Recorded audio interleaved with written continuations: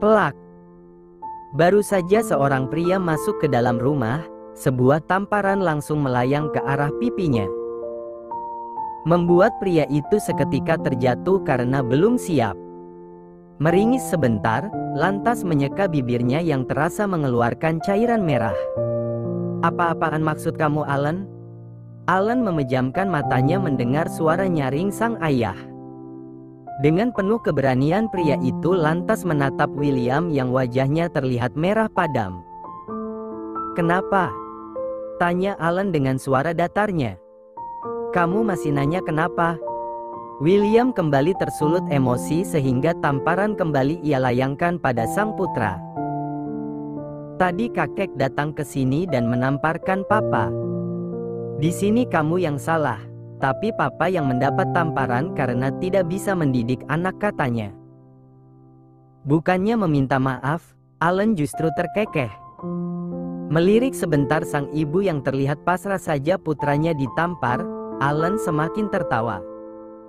Sedetik kemudian pria itu mendongak, menatap sang ayah dengan tatapan sinis. "Emangnya ada yang salah dari ucapan kakek?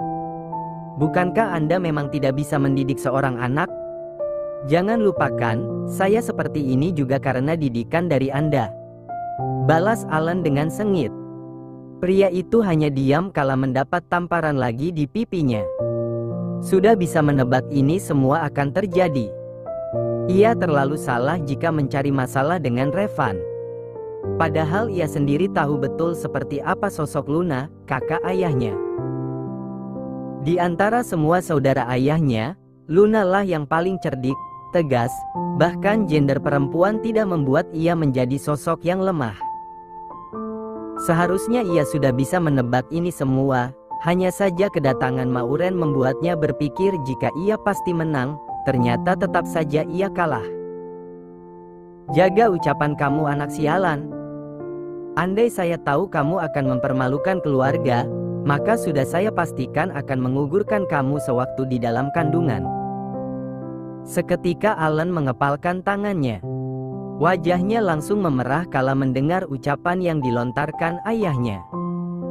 Tidak bisa dipungkiri, dirinya sudah ada di dalam kandungan sebelum ayah dan ibunya menikah. Ya, bisa dibilang ibunya hamil di luar nikah. Kadang itu yang membuatnya benci dengan semuanya, bahkan benci dengan kehidupannya sendiri. Selalu bertanya-tanya, kenapa hanya ia sendiri yang berbeda di antara adik dan semua sepupunya? "Iya, kenapa tidak kalian gugurkan saja aku dulu?" teriak Alan dengan wajah merah padam. Bahkan kini pria itu berani menatap nyalang sang ayah. "Kenapa? Apa karena kalian takut dosa? Lantas, apa bedanya dengan sekarang? Gue juga capek hidup di dunia ini. Gue capek selalu ditekankan sama kalian. Gue capek selalu dibanding-bandingkan sama Revan. Gue capek Bangs Asteriste. Tidak peduli lagi dengan siapa ia berhadapan." Alan bahkan mengucapkan kata yang tidak seharusnya ia ucapkan. "Bahkan, kalau bisa milih, gue lebih memilih dilahirkan oleh keluarga miskin dibandingkan dilahirkan oleh kalian. Kalau gue tahu kayak gini hidup gue lebih milih buat ngadu ke Tuhan supaya lekas mati aja. Lo semua bahkan gak tahu kalau gue juga pengen mati secepatnya. Gue muak dengan tingkah kalian yang bertingkah seperti sosok penyanyang di depan umum, tapi nyatanya gak jauh beda sama sosok Breng Asteriska. Sering main tangan, memukul, menamparkan, membandingkan dengan orang lain, bahkan mengucapkan cacian pada anak kalian sendiri. Apa itu yang dimaksud dengan kasih sayang? Runtuh sudah pertahanan Alan. Kini mata pria itu sudah memerah, dan begitu ia berkedip, air mata lantas menetes dari pelupuk matanya. Padahal, selama ini meskipun dipukul bahkan ditekankan oleh ayahnya, pria itu sama sekali tidak pernah menangis. Malah selalu menunjukkan wajah datarnya. Sadar ada seseorang yang datang, Alan mengalihkan pandangannya ke arah pintu. Pria itu menatap penuh kebencian pada sang adik. Entah apa alasannya, Alan memang tidak menyukai adiknya, bahkan semua sepupunya. Tidak mau berlama-lama di sana, Alan memilih untuk menegapkan dirinya, berjalan menuju kamar. Namun, baru saja pria itu melangkah 2 anak tangga, ia berhenti, lalu berkata dengan sinis, "Jangan lupakan jika Anda adalah seorang pembunuh, dan saya hanya mengikuti jejak Anda." Tubuh William lantas menegang. Tidak menyangka kalimat itu keluar dari mulut putranya. Dari mana putranya itu tahu kejadian beberapa tahun yang lalu yang pernah ia lakukan? Padahal perbuatannya itu sudah ia tutupi dengan rapat. Melihat wajah ayahnya yang menegang, Alan hanya tersenyum sinis, lantas kembali melangkahkan kakinya. Memilih menenangkan diri di kamar. Melihat sang putri, William langsung berdecak kesal. Entah kenapa tidak ada satupun di antara anaknya yang bisa membanggakan layaknya seperti putra Luna. Meskipun Ita juga memiliki otak yang tak kalah pintar, namun putrinya itu malah gagal membangunkan sebuah perusahaan. Membuat dirinya benar-benar kecewa. Ita hanya bisa menunduk. Kemudian gadis itu berlalu begitu saja dari hadapan sang ayah dan ibu. Niat hati pulang karena merasa kangen dengan kedua orang tuanya, ia malah justru disambut dengan tidak baik. Untunglah ia gadis yang tidak mau terlalu ambil pusing. Selagi ayahnya tidak main kasar dengan ia, maka semua ucapan pria parubaya itu hanya dianggapnya angin lalu saja. Alan mendongak kala pintu kamarnya dibuka oleh seseorang. Seketika ia langsung membuang pandangan kala melihat siapa yang masuk. Bahkan dengan segera pria itu menyeka air matanya karena tidak mau dilihat cengeng oleh adiknya sendiri. "Kak Alan gak apa-apa?" tanya Ita dengan pelan. "Gak usah sok peduli sama gue. Kalian semua itu sama aja. Buat gue muak. Kenapa kakak ngomong kasar sama papa tadi?" Alan mendongak, menatap tajam sang adik. Lantas tak berapa lama kemudian berucap dengan penuh penekanan, "Kenapa? Ada yang salah? Lo bilang dia papa? Apa dia mencerminkan seorang ayah? Sama sekali enggak. Buat apa gue ngehormatin dia? Lo nggak usah ikut campur." Ita mendesah pelan. Ia tahu seperti apa yang dialami kakaknya tersebut. Ia tahu seberapa tertekannya kakaknya itu. Meskipun ia juga sama ditekan oleh ayahnya, namun Alan jauh lebih menderita karena selama ini selalu mendapatkan kekerasan. Tapi nggak seharusnya Kak Alan ngomong kayak gitu. Biar bagaimanapun dia tetap papa kita. Kita sebagai seorang anak harus menghormati, Kak. Lo tahu apa? Emosi Alan seketika tidak bisa dibendung lagi. Pria itu menatap nyalang sang adik. "Lo nggak tahu perasaan gue gimana? Gue beda sama kalian semua. Gue anak haram, bego. Gue capek tiap saat ngedengar mereka bilang nyesel udah ngelahirin gue. Gue bahkan nggak minta buat dilahirin ke dunia ini." Melihat setiap kata yang terucap dari bibir Alan, Ita ikut merasakan sakit. "Kakak lupa atau gimana? Sifat papa emang kayak gitu. Aku aja selalu ditekan dan disindir, tapi aku gak pernah tuh ambil pusing." Alan terkekeh sinis. "Emang lo pernah ditampar?" tanya Alan yang sontak membuat Ita bungkam. "Lo pernah dibandingkan dengan sangat sama sepupu lain?" "Gak pernah kan? Karena di antara kita cuman ada lo sama Tiara doang. Mereka pernah bilang kalau mereka nyesel punya anak kayak lo?" "Gak pernah, kan? Gue yang selalu dapat kata-kata itu, bego." "Lalu kenapa kakak sampai ngehancurin Kak Revan? Dia salah apa sama kakak?" Meskipun di antara semua sepupunya tidak ada yang memberitahu siapa dalang di balik masalah yang sedang menimpa Revan, namun Ita sudah tahu. Karena sewaktu kakeknya datang tadi, Kebetulan ia juga ke rumah dan mendengarkan semuanya. Alan terdiam, menatap dalam mata sang adik, lantas tak berapa lama kemudian terkekeh tidak jelas. Karena gue benci sama dia. Seandainya dia nggak ada di dunia ini, mungkin gue nggak akan dibanding-bandingkan lagi. Ita tertawa. Apa kakak berpikir kayak gitu? Ingat, masih ada Kak Alven yang juga nggak kalah suksesnya seperti Kak Revan. Kalaupun nggak ada Kak Revan, otomatis papa bakal ngebandingkan kakak sama Kak Alven. Ita kecewa sama kakak, lanjut gadis itu. Kakak boleh kecewa sama papa. Tapi satu yang perlu kakak ingat, Kak Revan nggak tahu apa-apa di sini. Kakak melampiaskan amarah kakak pada orang yang salah. Maksud lo, gue harus bunuh papa gitu? Apa itu yang baru benar? Ita mendengus kesal. Kadang dibanding-bandingkan itu emang bikin sakit hati. Tapi alangkah lebih baiknya kakak ambil sisi positifnya, bukan malah sisi negatifnya. Dengan adanya penekanan dan pembandingan seharusnya membuat kakak lebih sadar dan harus semakin bekerja keras. Buktikan sama papa dan mama kalau kakak adalah anak emas. Ubah kutukan itu jadi berkat. Buat mereka yang awalnya membenci jadi bangga sama kakak. Justru dengan adanya pembandingan dan sikap kasar itu yang membuat semangat kakak berkobar-kobar. Aku juga disindir dan disinisin tiap saat karena gagal bikin perusahaan. Tapi kan itu semua karena aku nggak ada niat ke sana. Jadi malas. Dan aku fine-fine aja sama sikap papa yang kayak gitu. Lo nggak tahu perasaan gue. Lirih Alan.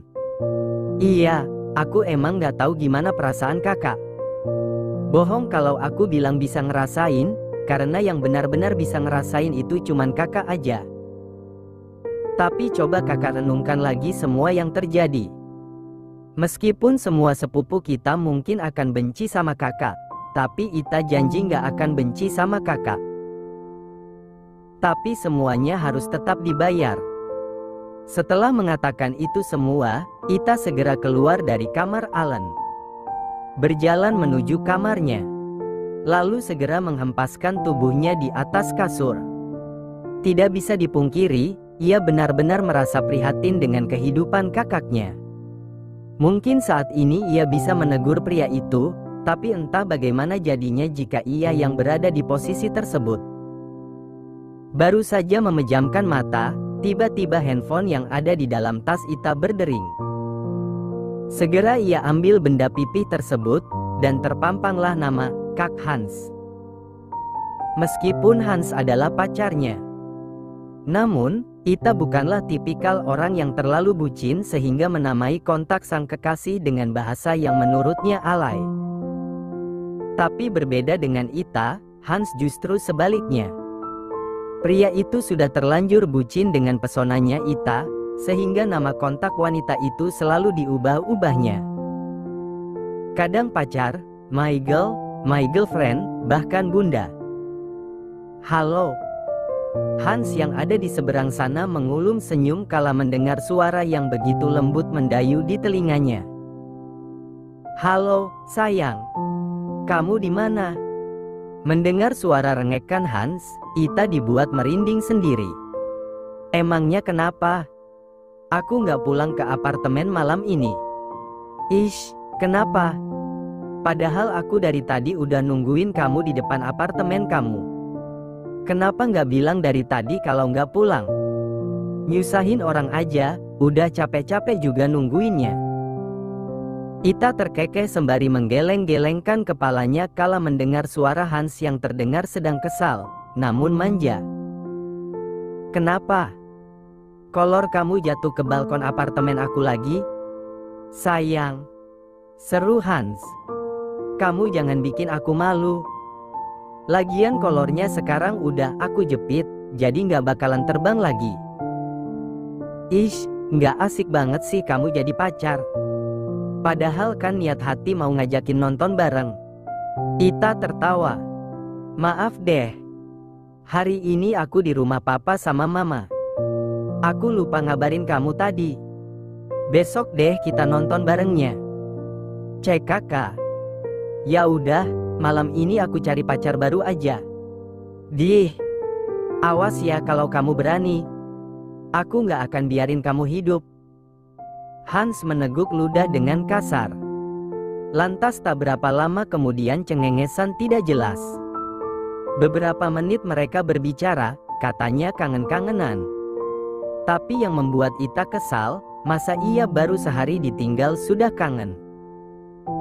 Sementara Alan yang masih ada di dalam kamarnya termenung. Berusaha untuk merenungkan kembali apa yang sudah diberitahu adiknya tadi. Tapi gue benci sama semuanya, lirih pria itu. Sementara di tempat yang berbeda, Mauren berjalan cepat menuju apartemen milik manajernya. Air wajah wanita itu sangat susah untuk diartikan. Tujuan Mauren kali ini ingin memastikan sesuatu. Setelah menekan beberapa kali bel apartemen Alvin, muncullah seorang pria dengan wajah bantalnya. Melihat siapa yang datang, pria itu lantas berdecak kesal. Namun berusaha bersikap formal. Ada apa? Tumben sekali kamu datang ke apartemenku, celetuk Alvin yang merasa heran. Alvin, jawab pertanyaanku. Apa benar karirku sebagai seorang model tidak lepas dari campur tangan Revandra, pemilik perusahaan Addison Group? Tidak mau berbasa-basi, Mauren langsung melayangkan pertanyaan dengan intonasi suara yang penuh penekanan. Menatap sang manajer dengan tajam. Menuntut jawaban dari pria yang selama ini selalu menemaninya. Alvin langsung menegakkan tubuhnya mendengar pertanyaan Mauren. Nampak jelas jika pria itu terkejut, lalu sedikit salah tingkah. Kakakmu ngomong apa sih? Jawab. Bentak Mauren. Membuat Alvin sedikit terkejut. Pasalnya Mauren yang selama ini ia kenal adalah sosok yang lembut dan ramah. Namun sekarang wajah wanita itu terlihat sedang marah. Flashback. Mauren yang baru saja keluar dari dalam apartemennya langsung terkejut mendapati keberadaan seseorang yang tengah berdiri di depan pintu apartemennya.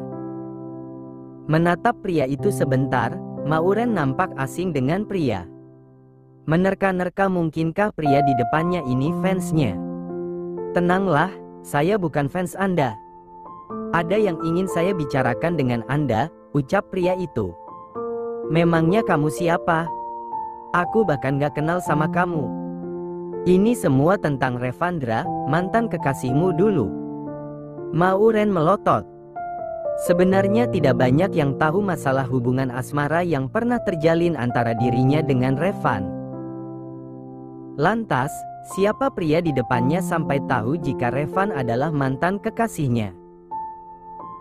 Diliputi rasa penasaran, Mauren akhirnya mengajak pria itu untuk pergi ke kafe yang kebetulan ada di dekat apartemennya. Menatap sekali lagi pria itu, namun tetap saja rasanya ia tidak pernah bertemu dengan pria itu. Oke, langsung saja, apa kamu kenal sama aku? Mauren langsung menodongkan pertanyaan. Tidak, saya tidak terlalu begitu mengenal Anda. Saya hanya kenal dengan Pak Revan dan Kania. Lalu ada apa kamu menemuiku? Apa ada masalah penting? Pria itu mengangguk singkat. Meletakkan tangannya di atas meja, lalu sedikit mencondongkan wajahnya. Pria itu menatap serius wanita yang ada di hadapannya. Mauren Anastasia, apa selama ini Anda tahu jika ada orang lain di balik kesuksesan Anda sekarang ini? Mauren mengangkat sebelah alis matanya tinggi. Menatap pria di depannya dengan heran. Apa maksudmu? Aku bisa sukses semuanya hasil perjuanganku. Tidak ada seorang pun yang membantu aku. Ini semua murni hasil perjuanganku. Pria itu terkekeh. Menatap Mauren dengan tatapan remeh. Kemudian kembali berucap yang mampu membuat Mauren melotot. Apa Anda yakin itu semua murni hasil jerih payah Anda? Atau justru ada orang di balik ini semua? Kekeh pria itu. Saya beritahukan pada Anda. Semua keberhasilan yang Anda dapatkan tidak luput dari tangan mantan kekasih Anda, Revandra. Bahkan, dia yang sudah mengeluarkan uang dalam jumlah yang tidak sedikit agar kamu bisa segera digunakan di sana. Jaga ucapan kamu, seru Mauren menatap tajam pria di hadapannya. Asal kamu tahu, kesuksesan aku murni hasil perjuangan aku. Revan sama sekali nggak pernah bantuin aku dari segi materi. Dia cuman ngehibur aku doang. Oh, benarkah? Lantas bagaimana dengan ini? Pria itu lalu memutar rekaman suara yang ada di ponselnya. Rekaman tersebut berisi percakapan antara pria itu dengan produser yang menangani Mauren. Berbagai pertanyaan dilontarkan dan dijawab dengan jujur. Satu yang membuat Mauren terkejut, yaitu saat mendapatkan kata, "Iya, tanpa sosok Pak Revandra, mungkin kami tidak akan merekrut Mauren sebagai model utama kami. Pak Revandra yang mendesak kami. Padahal saat itu yang kami perlukan adalah seseorang yang sudah berpengalaman, bukan yang pemula karena kami tahu sangat susah sekali mengajar dari awal. Namun karena kami tahu kekuasaan Pak Revandra, akhirnya kami setuju. Untunglah Mauren tidak seburuk yang kami pikirkan. Meskipun memerlukan waktu yang lama untuk menjelaskan dasarnya, namun akhirnya Mauren bisa memahami secara keseluruhan dan bisa menjadi model internasional." Mauren membekap mulutnya, menatap pria yang ada di hadapannya dengan tatapan tidak percaya. Berusaha untuk bersikap tenang, wanita itu justru menatap nyalang pria yang ada di hadapannya. "Siapa kamu sebenarnya? Ada perlu apa kamu repot-repot memberitahu aku tentang itu?" Pria itu kembali terkekeh. "Siapapun saya, Anda tidak perlu tahu. Di sini saya hanya ingin menyelesaikan masalah yang terjadi biar saya bisa tenang," jawab pria itu. "Baik. Di sini saya hanya ingin menyampaikan betapa tidak tahu terima kasihnya Anda. Sudah ditolongin, malah membalas dengan perbuatan yang tidak baik. Revan yang sudah menghantarkan Anda menuju kesuksesan. Tapi apa balasan Anda? Menghancurkan perusahaannya, berusaha merebut pria itu kembali dari istrinya yang sekarang. Padahal Anda sendiri bisa melihat betapa bahagianya hidupnya sekarang. Bahkan jika Anda bandingkan saat masih bersama Anda dulu, Revan jauh lebih terurus sekarang saat bersama Kania." Mauren terdiam, mencerna dengan baik semua ucapan pria yang sama sekali tidak mau memperkenalkan dirinya tersebut. Mengingat-ingat kembali prosesnya hingga bisa menjadi sosok yang sekarang. Jika diingat-ingat, dulu ia selalu ditolak beberapa kali. Semua itu ia keluhkan pada sang kekasih. Hingga akhirnya setelah mencoba kembali, ia mendapat panggilan dan akhirnya dinyatakan diterima. Sejak saat itu dirinya lebih memfokuskan diri pada pekerjaannya dan menduakan Revan. Lebih tepatnya hanya memiliki sedikit waktu untuk pria tersebut. Andai saya jadi Anda, mungkin saya akan malu untuk tetap ada di dunia ini. Meminta maaf tidak akan cukup karena nasi sudah jadi bubur. Saya harap Anda tahu yang namanya penyesalan, karena jika Anda tidak merasakan itu, maka Anda adalah orang terburuk di dunia ini. Dan akan saya pastikan memutar keadaan, agar Anda merasakan seperti apa yang dirasakan oleh mantan kekasih Anda saat ini. Kenapa kamu sampai membela Revan? Memangnya siapa dia? Tanya Mauren memberanikan diri. Siapapun dia Anda tidak perlu tahu. Satu yang perlu Anda tahu, saya tidak akan tinggal diam. Saya yang akan mempercepat semuanya terjadi.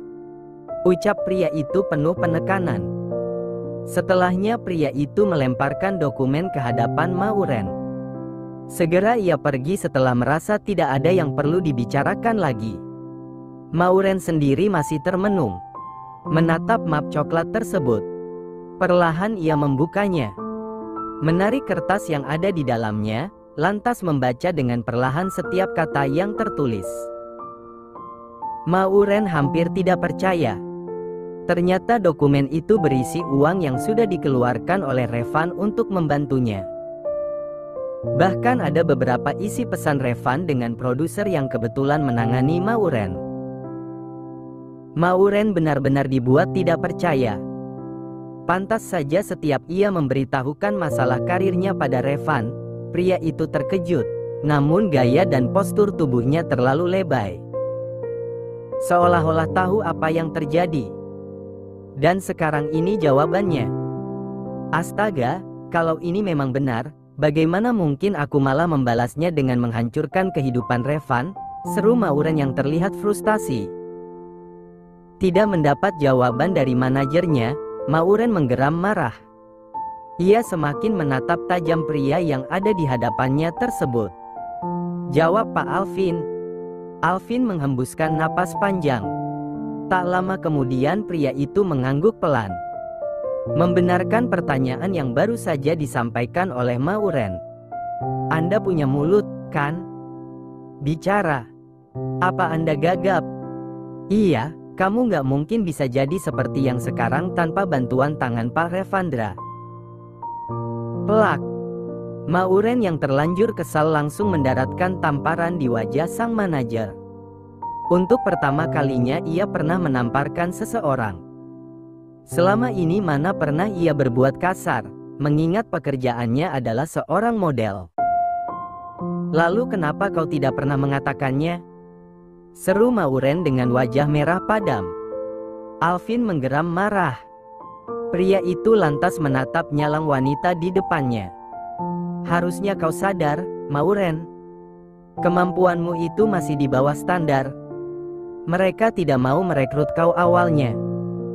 Tapi Pak Revandra yang kebetulan memiliki kekuasaan yang besar, sehingga membuat Pak Direktur berubah pikiran dan akhirnya mengiyakan permintaan Pak Revandra. Harusnya kau menyadari itu semua dari awal. Mauren mundur selangkah. Seburuk itukah ia awalnya? Benar-benar tidak menyangka dengan apa yang terjadi di hidupnya. Asal kau tahu, bahkan dulu Pak Produsen sempat ingin merekrut istri Pak Revan yang sekarang. Mata Mauren membola. Siapa? Kania? Kalau tidak salah iya, tapi mereka lebih suka memanggilnya Reva. Jika kau perhatikan dengan baik, postur tubuh Reva jauh lebih baik daripada tubuhmu. Dia bahkan pandai bergaya dengan natural di depan kamera. Tapi sayangnya ia tidak mau menandatangani kontrak dan memutuskan untuk tidak mau lagi menjadi model. Seketika pasokan udara terasa menipis. Mauren bahkan kesulitan bernapas. Entah perasaan benci atau bersalah yang menyelimuti hatinya. Di satu sisi ia merasa bersalah karena sudah menghancurkan hidup Revan, padahal pria itulah yang sudah membantunya selama ini. Namun di lain sisi ia juga merasa kesal mendengar penuturan sang manajer yang membandingkan dirinya dengan Kania. Bahkan ia tidak menyangka jika Kania juga sempat menjadi model. Aku nyesel, lirih Mauren. Siang ini Revan berniat menjebloskan Mauren dan Alan ke dalam penjara. Namun sebelum itu ia lebih dulu pulang ke rumah. Tadi pagi ia mengabaikan istrinya. Bukan mengabaikan, hanya saja fokusnya terbagi. Selesai sarapan, setelah melayangkan satu kecupan pada kening sang istri dan satu kecupan lainnya di perut wanita itu, ia segera berangkat ke kantor. Mengabaikan istrinya tanpa tahu jika ada sesuatu yang ingin wanita itu bicarakan. Assalamualaikum, ucap Revan begitu masuk ke dalam rumah. Namun tidak seperti biasanya.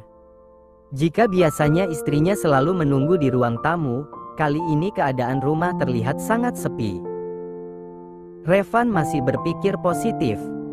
Pria itu lalu melangkah masuk, mencari keberadaan sang istri yang mungkin saja sedang berada di dapur menyiapkan makan siang yang belum selesai. Sayang, seru Revan. Namun masih tidak ada sahutan sama sekali. Pria itu terdiam kala melihat meja makan yang masih kosong. Tidak ada satupun makanan di sana. Tidak seperti biasanya. Padahal biasanya setiap ia pulang dari kantor, meja makan pasti penuh dengan berbagai menu makanan. Sayang. Seketika Revan panik. Takut-takut terjadi sesuatu dengan sang istri. Pria itu lalu segera berlari menuju kamar. Takutnya Kania sedang tidak enak badan. Masuk ke dalam kamar, namun sama sekali tidak menemukan keberadaan Kania. Bahkan Revan juga sudah mengecek kamar mandi. Namun tetap saja ia tidak menemukan keberadaan sang istri. Sayang.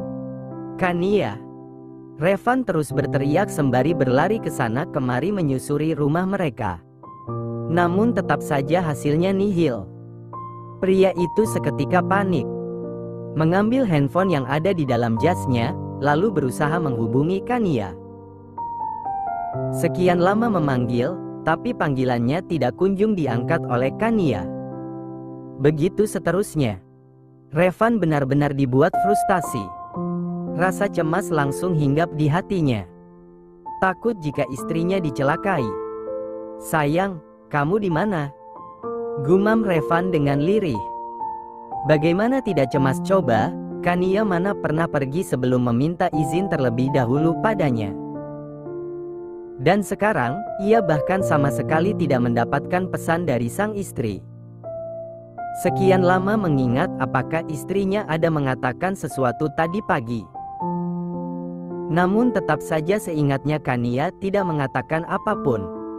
Revan segera masuk ke dalam, lalu melajukan mobilnya menuju suatu tempat. Kali ini pikirannya mungkin saja Kania pergi ke kafenya namun lupa meminta izin. Sinta. Begitu sampai di kafe Kania, Revan segera menghampiri Sinta, wanita yang dipercayakan oleh Kania untuk memegang alih kafe tersebut. Iya, Pak. Istri saya ada di sini. Teh Kania. Revan berdecak kesal. Ya iyalah. Emangnya istri saya ada berapa? Sinta tersenyum canggung. Lantas tak berapa lama kembali bersuara. Kebetulan beberapa hari ini Teh Kania nggak pernah ke kafe. Emangnya ada Pak? Teh Kania hilang? Nggak ada apa-apa. Malas meladeni Sinta, Revan memilih untuk segera pergi saja. Berusaha berpikir kemana lagi istrinya pergi. Seketika Revan teringat jika waktunya makan siang. Mungkin saja istrinya itu datang ke kantornya namun tidak berpapasan dengan ia tadi.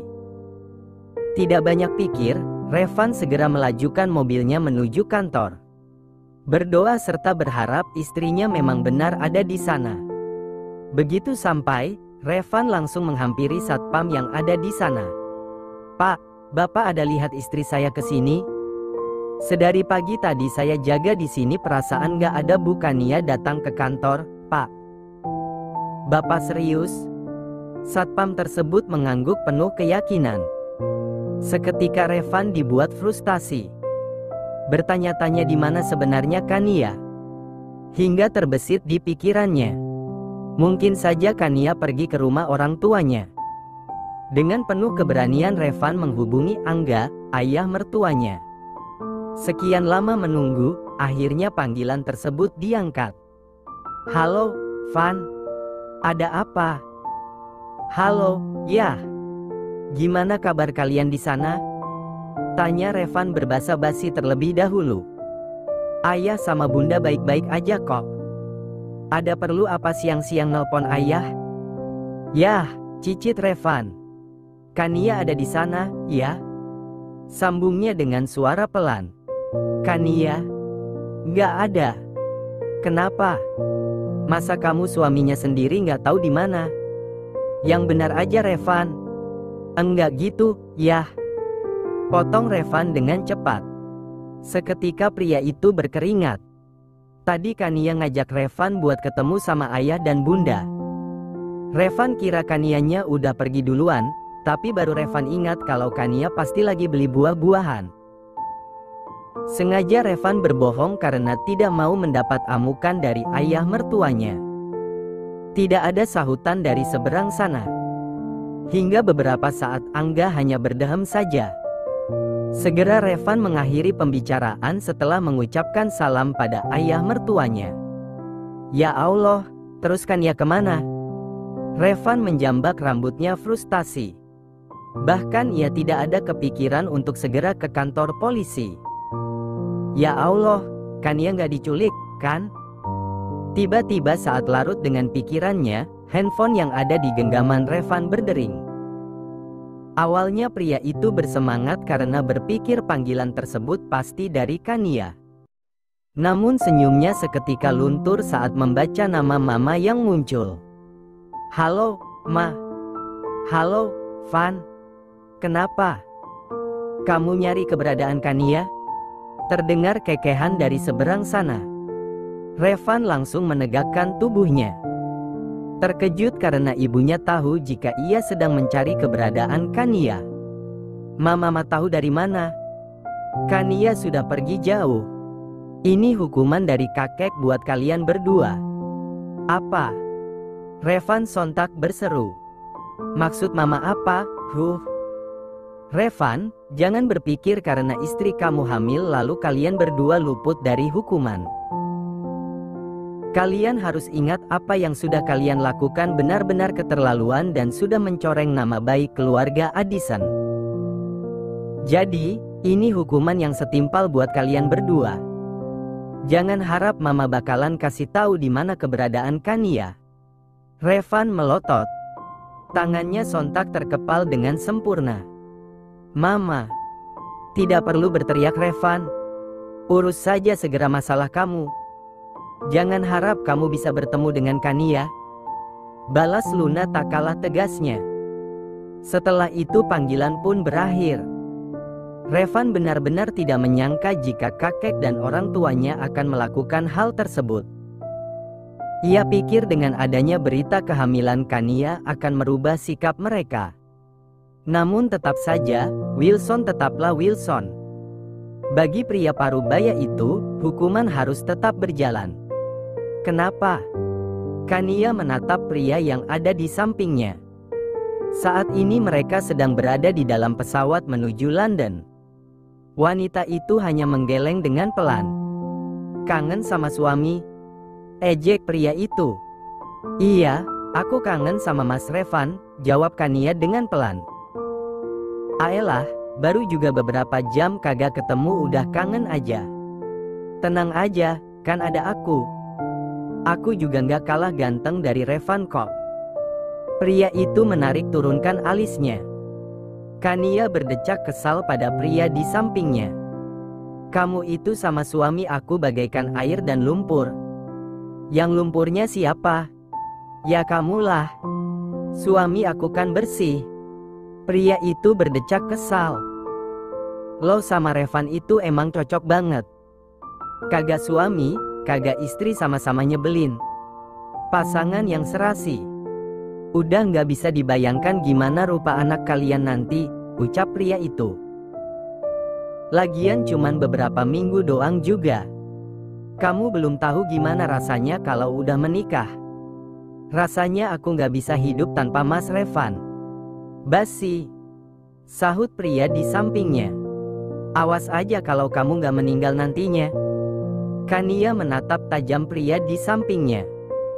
Menurutnya pria tersebut adalah pria yang paling menyebalkan. Heran juga dengan mama mertuanya, kenapa malah menitipkan ia dengan pria rese seperti ini. Kamu kok nyebelin sih? Semoga aja kamu nantinya kalau udah menikah ngerasain berada di posisi kami berdua Mas Revan. Aku pengen lihat seberapa kuatnya kamu gak ketemu sama istri kamu. Kalau sampai kamu kangen, aku orang pertama yang bakal datang buat ngejek kamu. Dih, gue kagak nikah. Tapi kan dijodohin, ejek Kania dengan ampang yang sangat menyebalkan. Pria itu berdecak kesal. Makanya itu gue kabur. Kania terkekeh. Setelahnya wanita itu memilih untuk diam saja. Hingga tak berapa lama kemudian jatuh tertidur. Begitupun dengan pria yang ada di sampingnya, ia juga ikut tertidur.